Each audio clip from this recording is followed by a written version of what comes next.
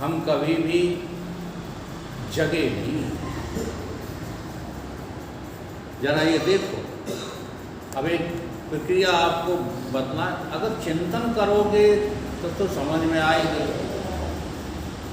सपने में जो स्वप्न हो रहा था उसको देखने वाला तू ही था, कोई और था देखने वाला। अब देखो, स्वप्न जो है चलता रहा चलता रहा चलता रहा, जिसके आधे सोने से स्वप्न चालू हुआ था वो तो जाग गया, लेकिन जो इस स्वप्न का दृष्टा था उसमें तो कोई फर्क नहीं आया। वो तो अभी भी उसी तरह से देख रहा है जैसे स्वप्न देख रहा था। ये जो जागृत अवस्था है, स्वप्न से जागृत अवस्था, इसका सही मायना क्या है? इसका सही मायना उपनिषदों में लिखा भी है। ये स्वप्नांतर है, ये जागना नहीं है। जैसे एक स्वप्न से आप दूसरे स्वप्न में आ जाते हैं, पता नहीं लगता। आपको स्मरण केवल वो स्वप्न रहता है जो प्रभात काल में दिखता है। जब आप जगते हो ना तब दिखता है, वो तो स्मृति में रहता है। लेकिन सारी रात जो स्वप्न देखे हैं वो क्यों नहीं जो स्मृत रहते हैं? क्योंकि वो सपने चेंज होते रहते हैं, स्वप्नांतर होता रहता है। और धीरे धीरे धीरे धीरे दृष्टा तो वही हो, देखने वाले तुम नहीं बदले, स्वप्न बदल गए।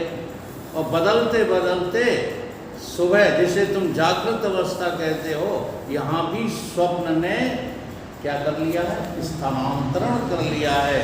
स्वप्न जारी है। इसलिए जो संतों ने कहा है कि जैसा स्वप्ना तैसा ही देखना, ऐसे ही जग को जान। ये जगत स्वप्न ही है और कुछ नहीं, स्वप्नांतर हुआ है, लेकिन देखने वाले में कोई फर्क नहीं आया। अब जागना क्या है? उस देखने वाले को तुमने अपनी मैं करके आज तक नहीं देखा। और जिस दिन उस देखने वाले को, स्वप्न दृष्टा को, सुसुप्ति दृष्टा को आप जागृत का भी दृष्टा मैं करके देख लोगे, बस उसी क्षण आप क्या जाग गए। प्रबोध काले आप ज्ञान को प्राप्त हो गए। अब इस काल में जो झूठा था, जो सच लग रहा था ना स्वप्न, वो टोटली झूठा हो गया। अब संसार में फंसने की कोई उम्मीद नहीं है। लेकिन जागना पड़ेगा तुम्हें उसी में जो शाश्वत और सदा दृष्टा है। दृष्टा के अतिरिक्त और कुछ नहीं है, करना धरना उसमें नहीं है। तो वहां जब जागोगे तो ये सारा स्वप्न पूरा का पूरा 1% नहीं, 2% नहीं, 100%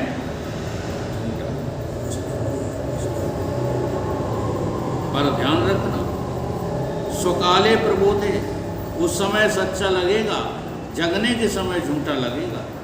ये जगत भी केवल आत्मबोध से ही झूठा होगा। यदि आत्मा को भूले, आत्मा को नहीं जानते, तो ये जगत कभी आपको कहते रहो जगत मिथ्या, जगत मिथ्या। मिथ्या मिथ्या कुछ नहीं है, सत्य।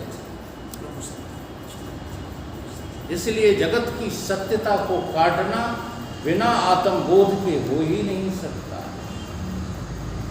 किताबों के रट लेने से जगत के व्यवहार से नहीं बच सकते, जगत की आपद आपी से नहीं बच सकते। इसलिए किताबी ज्ञान का नाम अखंड ज्ञान नहीं है। किताबों से सहयोग लेते रहो। सहयोग लेना तो बहुत जरूरी है। क्योंकि किताबें संसार में भिन्न भिन्न प्रकार के गुणों के आधार पर जो है बनाई जाती हैं। संप्रदाय भी तमाम बने हुए हैं ना, तो गुणों के आधार पर ही बने हुए हैं। कोई तमोगुण के आधार पर किताबें लिखता है, हाँ, उनमें बड़ा मजा आता है कहानी किस्सों में। युवा अवस्था में खूब उपन्यास पढ़ते हो, वो सब तमोगुण प्रधान होते हैं। तमोगुण प्रधान जो है किस्से हमको बहुत अच्छे लगते हैं। पता नहीं चलता 6-6 उपन्यास जो है पढ़े जाते, तो समय का पता नहीं चलता। और वेदांत का ग्रंथ अभी सामने रख दो तो एक पेज पढ़ोगे तो नींद आ जाएगी, क्योंकि समझ में ही कुछ नहीं आता।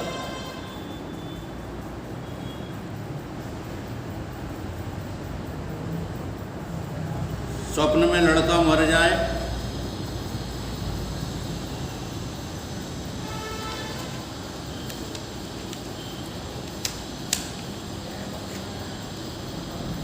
तो दुखी, धन चला जाए तो दुखी, स्वप्न में बूढ़े हो जाओ तो दुखी, अपमान हो जाए तो दुखी, और सम्मान मिल जाए तो भूले। असल में इनके रहने से ही नहीं, इनके न रहने से भी समस्या है। इनके रहने से ही नहीं, हाँ, इनका अभाव हो जाए तो समस्या, धन बढ़ जाए तो समस्या है। हाँ, बहुत धन वाले कभी सुखी नहीं है, और धन न रहे तो समस्या। अर्थात स्वप्ना तो समस्या है ही, इसलिए स्वप्ने से जागने का नाम ही क्या है? समस्या रहित हो जाना। स्वप्न में पत्नी मर जाए, क्योंकि उस समय तुम आदमी हो, पत्नी मर गई तो रोगे, जब जगोगे तब ना आदमी रहेगा ना पत्नी रहेगी। स्वप्ने में किसी की पत्नी मर जाए तो रो रहा है, क्यों रो रहा है? क्योंकि स्वप्ने में वो आदमी है कि ब्रह्म है, वो है। अब जग गए तो ना तो पत्नी मरी, वो ना आदमी थे तुम तो तुम ही थे, इसलिए सब झूठा। भूखे हो, रोटी ना हो तो तकलीफ है, शादी की आवश्यकता है, शादी ना हो तो तकलीफ है। स्वप्न में किसी का विवाह तय हो गया, घोड़ी चढ़ा जा रहा था, इतने में आंख खुल गई, क्या करे बेचारा, ब्याह ही नहीं होगा, है ना। घोड़ी पे चढ़ के जा रहे थे,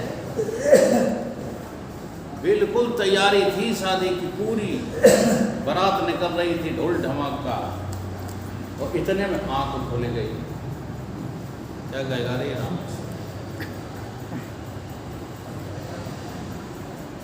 कुम्हार था, कुम्हार,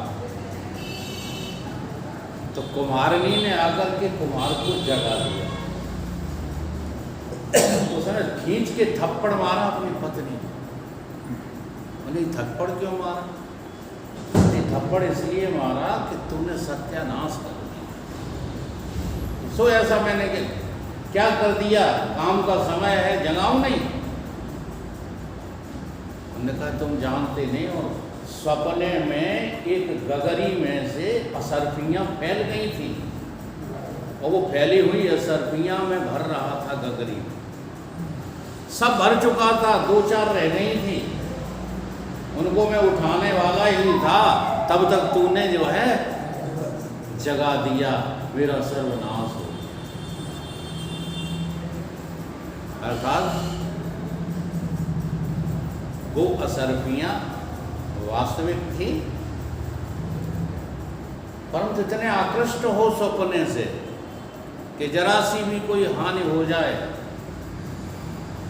तो कूदे कूदे फिरते हो, जरा सा लाभ हो जाए तो ऐंठे ऐंठे फिरते हो, जबकि लाभ और हानि केवल स्वप्न है, स्वप्न के अलावा कुछ नहीं।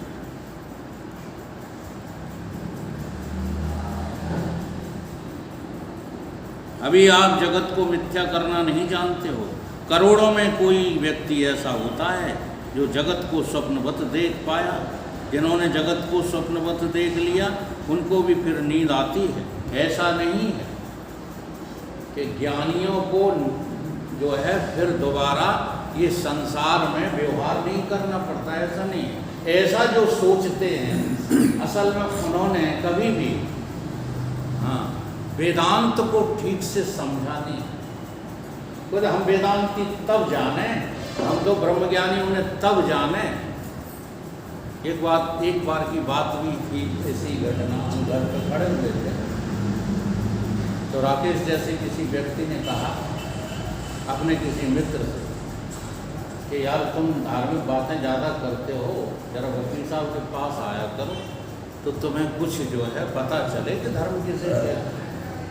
तो उसने छूटते ही सड़क पे चिल्ला के कहा, मुझे सुना के, ऐसे ही वकील साहब ज्ञानी हैं, हाँ तो घर छोड़ करके जंगल में क्यों नहीं, नंगे क्यों नहीं रहते। यही शब्द थे उसके। तुरंत मैंने बुला लिया, मैंने कहा इधर आओ भाई साहब, तुम तो बड़े हमारे प्रेमी दिखते हो। हमने एक जरा शब्द का अर्थ बताना जो सूरदास जी के पद में ये वाक्य आया है। वो कहते हैं सुनो री सखी हरि नंगम नंगा। इसका अर्थ क्या है? सुनो री सखी हरि नंगम नंगा। हरि कैसा है? टोटली नग्न है, टोटली नग्न, टोटली नग्न।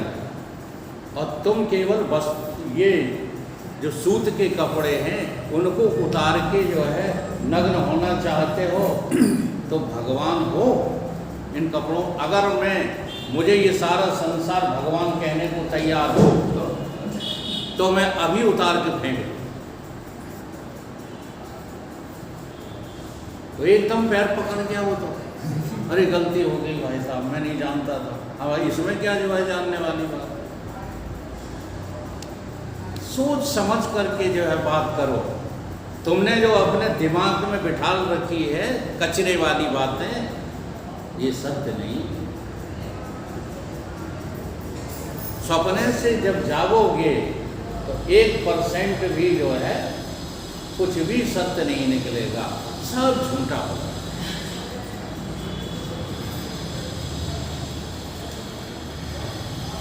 आत्मबोध की पहचान क्या है? कि जिस समय आप बोध में होगे उस समय आपको हानि या लाभ हो ही नहीं सकता। देखो, बोध काल में जन्म मरण हो ही नहीं सकता। हानि लाभ, जीवन मरण, यश अपयश बोध काल में ये हो ही नहीं सकता। क्यों? क्योंकि ये तो विधि के हाथ में है, ये जो है बोध के हाथ में नहीं है। अब बड़े बड़े विद्वान लगे पड़े हैं, बोध और विधि में अंतर ही नहीं समझते, सीधा विधि का अर्थ परमात्मा कर देते। तो प्रबोध का अर्थ फिर क्या करोगे? नहीं समझ रहे। विधि नाम जो है तरीके का है, प्रोसेस का है, और वो सृष्टि की जो प्रोसेस चल रही है, हाँ वही सब हानि लाभ हैं। जहाँ तक सृष्टि है वहीं तक हानि लाभ, जीवन मरण ये सब यश हैं। और सृष्टि के ऊपर बैठा है तुम्हारा कौन? परमात्मा। अब तुम आराधना और उपासना किसकी कर रहे हो? परमात्मा की कि विधि की? इसलिए विधि को तो बाद करना पड़ेगा और बोध को प्राप्त करना पड़ेगा, तब दुखी नहीं रहेगा। अभी आत्मबोध हो जाए फिर जरूरत पर आत्मबोध होता रहे। फिर ऐसा नहीं है कि जो जाग जाता उसे स्वप्न नहीं होते। आज आप जो स्वप्नों से जाग गए हो तो अब अगली रात को स्वप्न नहीं होना चाहिए। क्या होगा? हैं? हो सकता है, हो नहीं सकता, होगा ही। इस बात का निरीक्षण करके देखो। और आप तो जो है बहुत कम सोते हो, तब भी निरीक्षण नहीं कर पा रहे। रात में जो नींद सुसुप्ति अवस्था होती है वो बहुत थोड़े समय की होती है, बाकी स्वप्न ही चलते रहते हैं। स्वप्ना दर स्वप्ना, स्वप्नांतर से स्वप्नांतर होता रहता है। वो तो होंगे ही। ऐसे ही ब्रह्मबोध को प्राप्त ज्ञानी की जिंदगी में भी व्यवहार बना ही रहता है। व्यवहार का अंत थोड़ी होता है, लेकिन वो क्या होता है। एक बार महाराज श्री से हमारे से किसी ने कहा, वही हरिद्वार की बात है, कि महाराज जी ये भोजनालय की खटर पटर, बर्तनों की सटर पटर, इससे आप डिस्टर्ब नहीं होते हो? तो महाराज जी ने कहा, जब ये सब खटर पटर होती है तो हम अपने घर चले जाते हैं। कहाँ चले जाते हैं? अब तुम्हें अपने घर का पता हो तभी तो जाओगे। वो घर का पता ही नहीं है तो कहाँ जाओ? तब तो वो फटर पटर तुमको डिस्टर्ब करेगी। इसलिए अपना घर। और कुछ नहीं किया था सुखदेव जी महाराज ने। सुखदेव जी महाराज ने राजा परीक्षित को अपना घर मिला दिया था। इसलिए जब वो पूछते हैं कि कहो परीक्षित, हम चले जाएं कि बैठे रहें, तो कहता महाराज बेशक चले जाओ। अहम ब्रह्म परम धामम, मैं ब्रह्म होकर के अपने परम धाम यानी अपने परम घर को प्राप्त करूंगा। अहम ब्रह्म परम धामम, ब्रह्म अहम परम पदम। वही तो मेरा और आपका सबका एक पद आत्मपद है, कोई दूसरा वहां होता ही नहीं है। इसलिए सपने में आते तो हैं ज्ञानी लोग, लेकिन तुरंत इस सपने को तोड़कर अपने घर में पहुंच जाते हैं। जब जब जगत सत्य लगे, दुख देवे, तब तब जो है जागे रहो। यदि एक बार भी स्वप्न से जगे होते तो जागना बड़ा मुश्किल होता, क्योंकि स्वप्न से जागने का मार्ग प्रकृति ने खोल रखा है और इस जगत से जागने के लिए मनुष्य बनकर तुम्हें अवसर दिया। कितनी बढ़िया बात है। प्रकृति ने तो अपनी प्रक्रिया के अंदर स्वप्न दिए और स्वप्न से जागने के लिए जागृत दी। अब ये संबल है इस बात का, इस बात की निशानी है कि परमात्मा ने तुम्हें भी मनुष्य की बुद्धि दे करके एक अवसर दे दिया है कि अगर जाग सकता है तो अब तू जाग। सूरज भी जागा, चंदा भी जागा, तारे भी जागे, सितारे भी जागे, सब जाग रहे हैं। पर अविद्या निशा से तू अभी तक न जागा, इसी से तो है तू बेचारा अभागा। तुम क्यों नहीं जाग रहे? भजन तो करते हो जागने के, और भजन करते हो। बेला अमृत गया सो रहा बन भागा, साथी सारे जागे तू न जागा। तेरे साथी तो सब जग रहे हैं, बाहर के भी भीतर के भी, सब साथी जाग रहे हैं और तू गहरी नींद में सो रहा। मनुष्य देह इस जगत से जगने का अवसर है, धन भोगने का अवसर नहीं महाराज, संबंध भोगने का अवसर नहीं है। केवल जागने के अवसर का नाम है मनुष्य का देह। भाई प्राप्त मानुष्य देवरिया, हरि मिलन की यही तो है बरिया। परंतु कितना शास्त्र चिल्लाएं, कितना साधु संत चिल्लाएं, हम जो है बिल्कुल टस से मस नहीं होते। अपने अपने प्रयोजन निकाल लेते हो। अच्छा, भगवान ने बाल बच्चे दिए हैं, कौन पालेगा? ऐसे ऐसे प्रयोजन सामने रख देते हो, साधु संत चुप हो जाते। अब वो चुप तुम्हारी जो है समझदारी की वजह से नहीं हो जाते, तुम्हारी मूर्खता की वजह से हो जाते। वो समझ लेते हैं ये मूर्ख मेरी बात जो है सुन नहीं सकता, इसलिए खुद चुप रहने में ही ठीक। हकीकत है ये बहुत बड़ी, इस हकीकत को स्वीकार करो। मनुष्य का देह संसार के भोगों के लिए नहीं मिला, केवल आत्म तत्व को प्रबोध होने के लिए ये मनुष्य का शरीर, मनुष्य की बुद्धि मिली।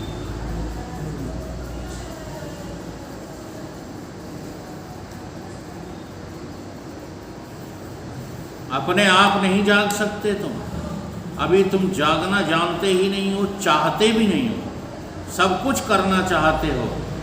इसलिए मुमुक्षत्व, मोक्ष की इच्छा दुर्लभ है। दुर्लभम त्रयमेव देवानुग्रह हेतुकम मनुष्यत्वम मुमुक्षत्व। भगवान की कृपा से जो है ये उपलब्धि होती है, और कृपा को तुम पहले ही ठुकरा देते हो, ज्ञानी बन जाते हो। दो चार लाइनें ज्ञान की क्या पढ़ लें, कृपा को ठुकरा दो। क्या होगा कृपा से? जब तक कुछ करोगे नहीं तब तक कैसे जो है धन मिल जाएगा, जब तक कुछ करोगे नहीं तब तक कैसे वैभव मिल जाएगा। तुम कराकरी में लगे पड़े, कृपा की तरफ जरा सा भी ध्यान नहीं। करके कृपा जगदीश ने भजन हेतु तन दिया, नर्तन से तुमने तरासा नहीं तो फिर रघुवीर क्या करे। कृपा को भी हम रियलाइज नहीं कर पा रहे हैं। भगवत कृपा से हम मनुष्य बने, और भगवत कृपा से ही मोक्ष की इच्छा जगेगी, और भगवत कृपा से ही तुम्हें सच्चे गुरु मिलेंगे। गुरु भी यदि गलत मिल जाते हैं तो मोक्ष की इच्छा होने पर भी हमारी गाड़ी अटक जाती है।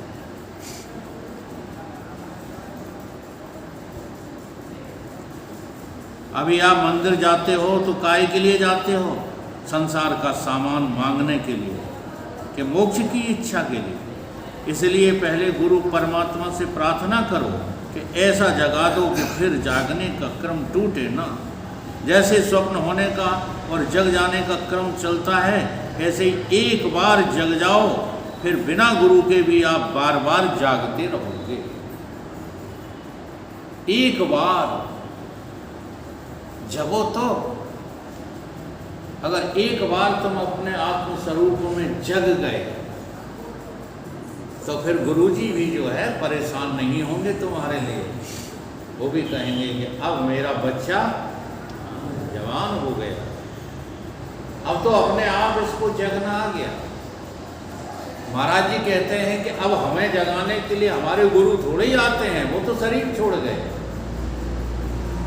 अब तो मुझे जागने की विधि पता लग गई, इसलिए संसार की चाहे बड़ी जितनी बड़ी आपाधापी हो, हम जाग जाते हैं, संसार खत्म हो जाता है। तुम्हारे जागते ही इसी को गोस्वामी जी ने देखो कितने ढंग से लिखा, नाम लेत भव सिंध सुखाई, करो विचार स्वजन मन माई। विचार तो करते ही नहीं, नाम ले नाम ले नाम ले। अरे भाई, अपने स्वरूप में जागना ही सच्चा नाम लेना है, लेकिन सच्चा नाम प्राप्त हो जाए तो पहले झूठा भी तो लो। झूठे नाम को लेने की तुम्हारे पास फुर्सत नहीं है, और दावा करते हो कि हम सच्चा नाम लेते हैं, पहले झूठा नाम लो। जो शरीर जो है मर चुके हैं लेकिन महान थे, पहले उनको अपनी वृत्ति में लाना सीखो। मैं साकार का विरोधी नहीं हूँ, बहुत बड़ा पक्षधर हूँ, लेकिन साकार आज बनावटी हो गया। जैसे राम भगवान साकार थे है कि नहीं? राजा दशरथ,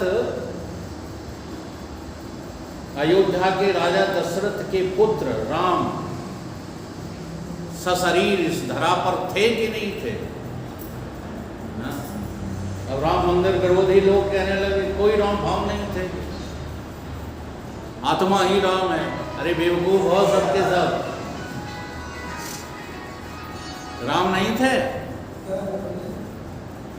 अच्छा चलो राम नहीं थे हम मान लेते हैं, तुम्हारे पिताजी थे कि नहीं थे? फिर उनके पिताजी थे कि नहीं थे? उनके पिताजी तो उन्हीं जो है पूर्वजों में से कोई एक शरीर छांट लो अच्छे आचरण वाला, उसी को राम समझ लेना। डिस्टर्ब ना करो, कुशवाहा बाहर चले जाओ। तुम तो फौजी होकर के भी जो है सत्संग को मान्यता नहीं देते हो, इतने पीछे लगी रहती गृहस्थी तुम्हारे।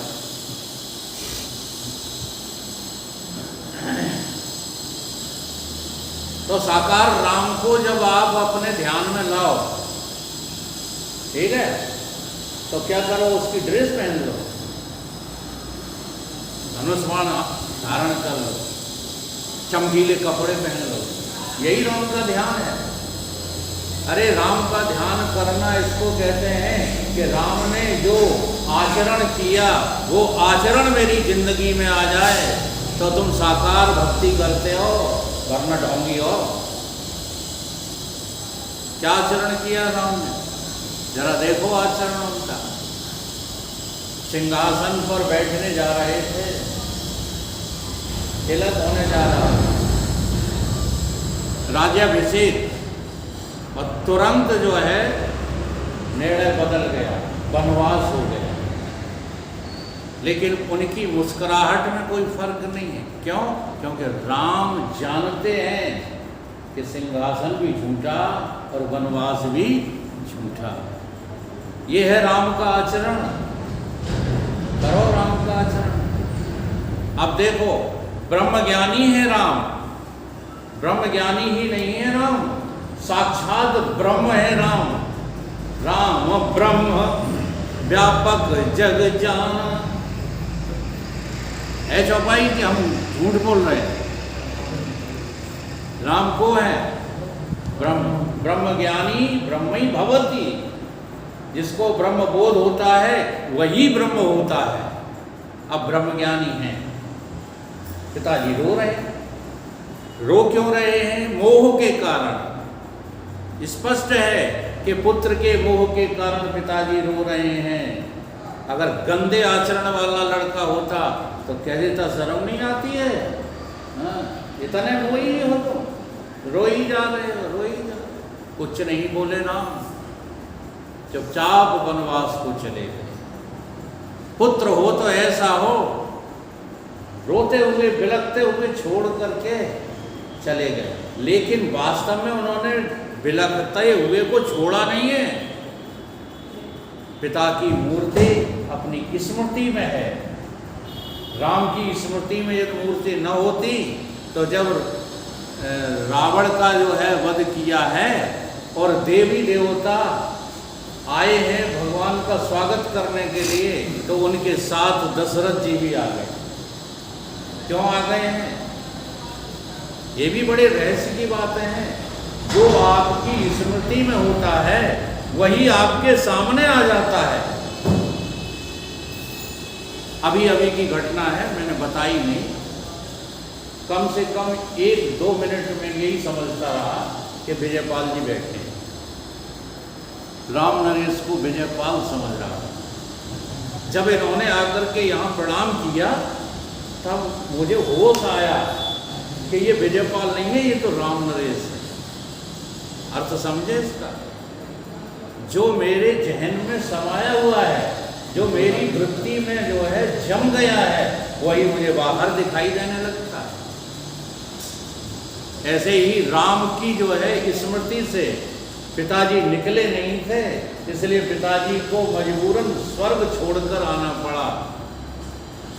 और जब वहाँ आए, आचरण देखिए, राम ने दृढ़ संकल्प ले लिया है कि आज पिताजी को हम स्वर्ग का रोहण भी नहीं करने देंगे। आज के बाद मेरे पिताजी रोने गाने हंसने का काम छोड़ देंगे। संकल्प ले लिया हमने। इसलिए रघुपत प्रथम प्रेम अनुमाना और चितह पितह दीनौ दृढ़। आज जो है राम जी गुरु बन गए हैं, अब पिता पुत्र का रिश्ता समाप्त हो गया। यह है मर्यादा राम की। पालन करो तो साकार भक्त हो, और यदि पालन नहीं कर रहे हो, केवल राम राम राम राम चिल्लाते रहते हो। कृष्ण की जो है मूर्ति देख करके कृष्ण कृष्ण चिल्लाने लगते हो।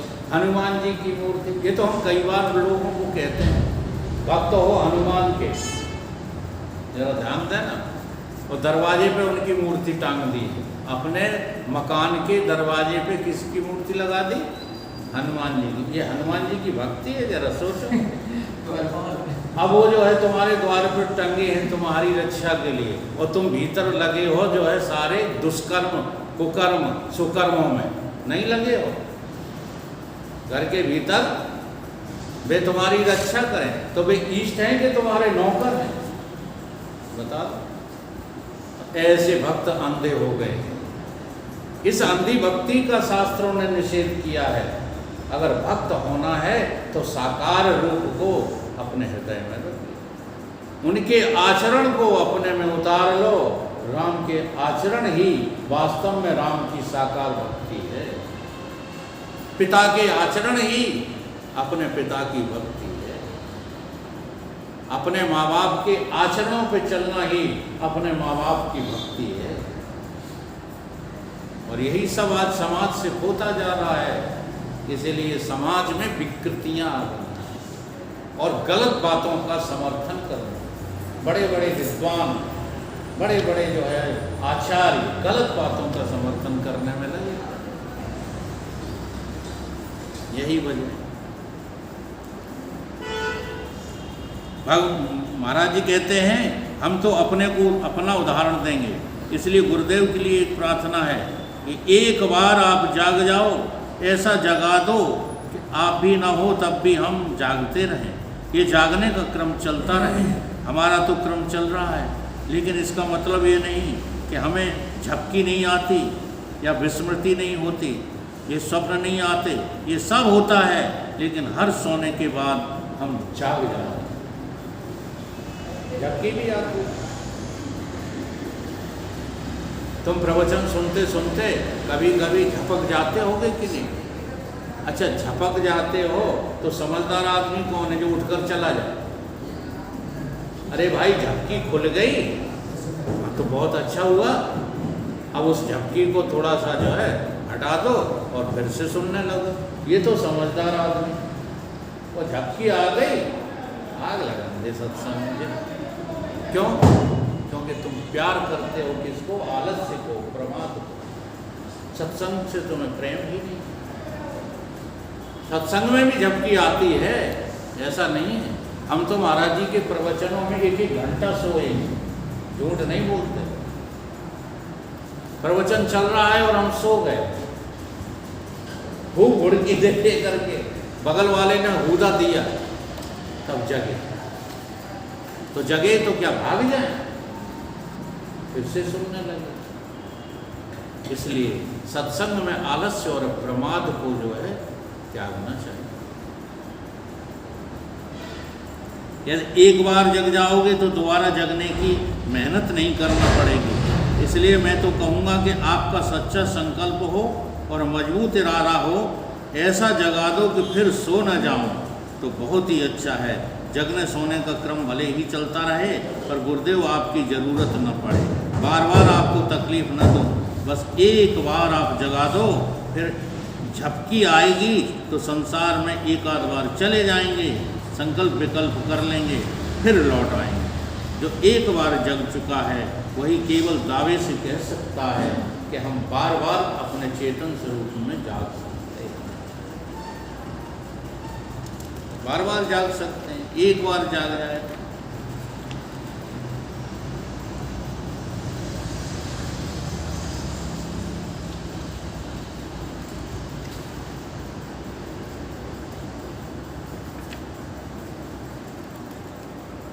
देखिएगा, रामायण का प्रसंग है और ये चौपाइयाँ सबको रटी हुई। एक बार ही ऐसी वृत्ति बन जाए, लेकिन बने अखंड, उसका खंड नहीं होना चाहिए। खंड का मतलब समझते हो कि थोड़ी देर वृत्ति बनी और थोड़ी देर के बाद जो है तुम्हारी दूसरी वृत्ति बन गई। तो ऐसी वृत्ति नहीं होना चाहिए, निरंतर होना चाहिए। और निरंतर एक बार हो गई तो फिर जो है कुछ भी होता रहे, आप लौट करके फिर आ जाए। तो उत्तरकांड की चौपाई है, सोहम स्मृति वृत्ति अखंडा। जो चेतन है वही हम हैं, हम और कुछ नहीं हैं।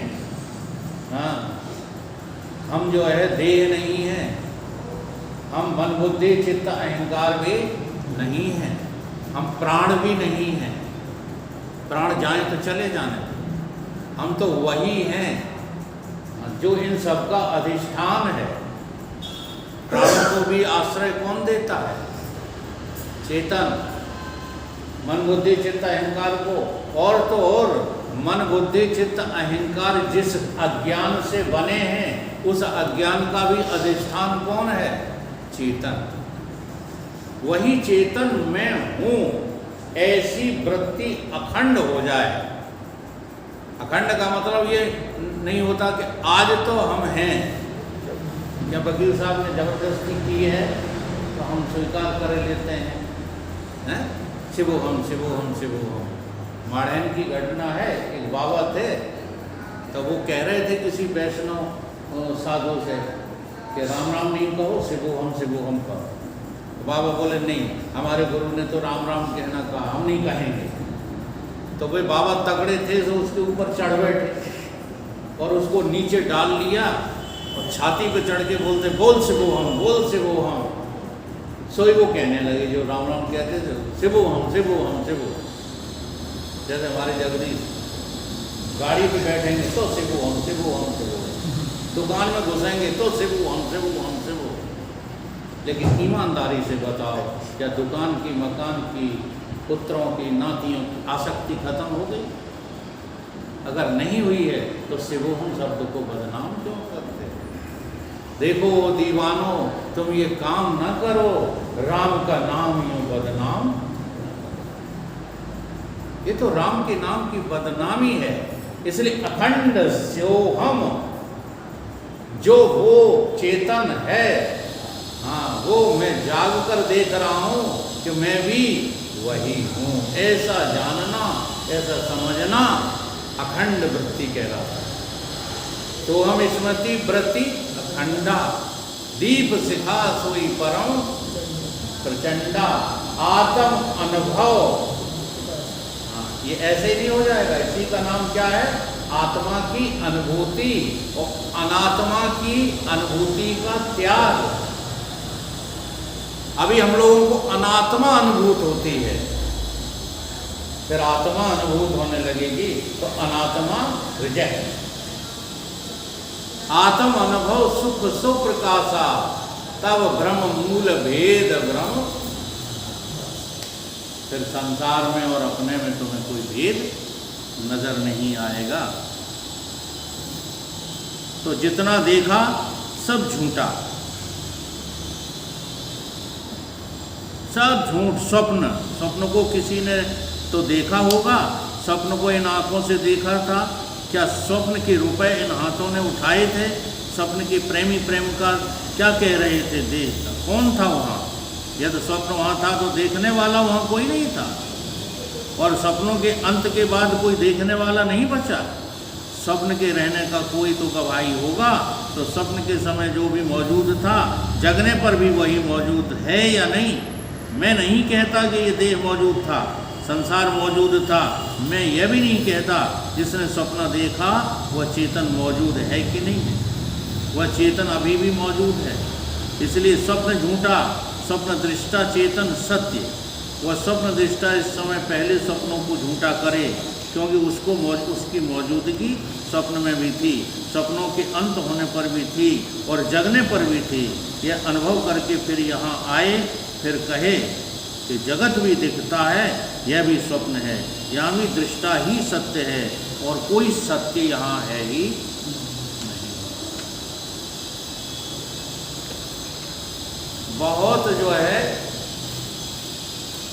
सरल अनुभव है, बहुत सरल अनुभव, लेकिन ये होगा तभी जब हम अनात्म अनुभवों का त्याग करें, उससे पहले हो नहीं सकता। अगर उससे पहले आप इसकी प्रैक्टिस करोगे तो बकवास करने वाले तो हो जाओगे, बोलने वाले तो हो जाओगे। देखो हमारे सारे मंडल के लोगों को याद है कि नहीं वेदांत? जागृत स्वप्न सुषुप्ति है बुद्धि की अवस्था, ये याद है कि नहीं है? मैं बुद्धि से परे हूँ, याते सदा शिवोहम, कल्याण रूप साक्षी याते सदा शिवोहम। याद है जगदीश? याद है कि नहीं? हाँ? तो केवल लाइनें याद कर लेने का ये अर्थ नहीं है, बल्कि इस पर अनुभव करो। और देखो अनुभव के लिए, क्योंकि आप और कुछ कर नहीं रहे, आप संसार में करने का अभिमान पाल रहे हो, कर तो अनुभव ही रहे हो। कर करके परीक्ष लोकान कर्म चितान ब्राह्मणों, कर करके तुमने जो है परीक्षा कर ली, करने से कुछ मिला है? आज सत्संग में बैठ करके ईमानदारी से जो है, हाँ देखो तुम्हें कुछ मिला है? कर करके कुछ नहीं मिला, तो बस इसका नाम अनुभूति है। अब जो कर करके अनुभव प्राप्त हुआ है और वो गुरु तुम्हें बिना करे अनुभव करा रहे हैं, जो तुमसे अनुभव किया नहीं जा रहा। क्या करा रहे हैं कि स्वप्न में तुम स्वप्न के संसार के केवल देखने वाले थे, केवल देखने वाले। तुम वहां कुछ कर नहीं रहे थे, कर रहे थे कुछ। तो जैसे स्वप्न में तुम सारी क्रियाओं के, सब कर्तापने के, सब होने के तुम दृष्टा थे, वैसे ही यहाँ जागृत में भी तुम क्या हो? मात्र दृष्टा हो, केवल देखने वाले हो। अब उस देखने वाले को भी एक बार देख लो, देखने वाले को देख। हम दिखने वाले को तो देखते रहते हैं।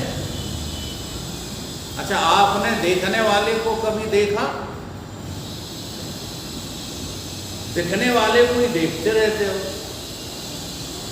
जो दिखे सो सकल विनाशी, और जो देखे वो है अविनाशी।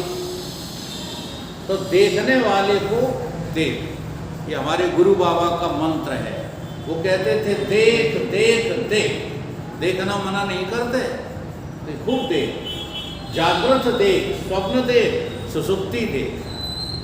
तू ही तो देख रहा है तीनों अवस्थाओं को, तीनों शरीरों को, तीनों गुणों को। परंतु देखो तो पहले इन्हीं को देखो। तुम तमोगुण में जी रहे हो कि रजोगुण में जी रहे हो कि सतोगुण में जी रहे हो, इनकी पहचान है। पैसा तमोगुणी है, पैसा कमाने में मन लग रहा है, तुम तमोगुणी हो। क्रियाओं में मन लग रहा है, करने में, चाहे फिर वो कैसी भी क्रियाएं हो, भगवत पक्ष की हो या संसार पक्ष की, तुम रजोगुणी हो। और केवल तुम्हारा जानने की तरफ रुझान हो गया है तो तुम सतोगुणी हो। इन गुणों को तुम देखो, ये कह रहे हैं गुरु बाबा। देख तमोगुण को, स्थूल को देख। फिर कह रहे हैं देख तू जो है रजोगुण को भी देख, सूक्ष्म को भी देख।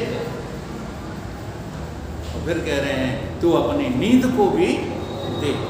देख देख देख, पर देखने वाले को भी तो देख। जो इन तीनों को देख रहा है वो कौन है? वो तू नहीं है, वो तू ही है। इसलिए इतना सरल है ब्रह्मबोध कि इससे सरल और कुछ भी नहीं है। परंतु शर्त यही लगी कि जब तक आपके अंदर धर्म नहीं होगा, जब तक आपके अंदर वैराग नहीं होगा, ये भीतर का वैराग होना चाहिए। कपड़ों का वैराग तो कोई भी कर ले, भीतर वाला वैराग, भीतर वाला वैराग होगा तो इस ब्रह्म प्रबोध को प्राप्त करने में कोई मुसीबत। एक बार जो है प्रबोध हो गया, स्वप्न टूट गया, स्वप्न जंजाल खत्म हो गया। अब जब चाहें तब आप स्वप्न में आ जाएं और जब चाहें तब आप अपने प्रबोध में चले जाएं। यही आज के इस श्लोक का पूरा सब। बोलिए सतगुरुदेव।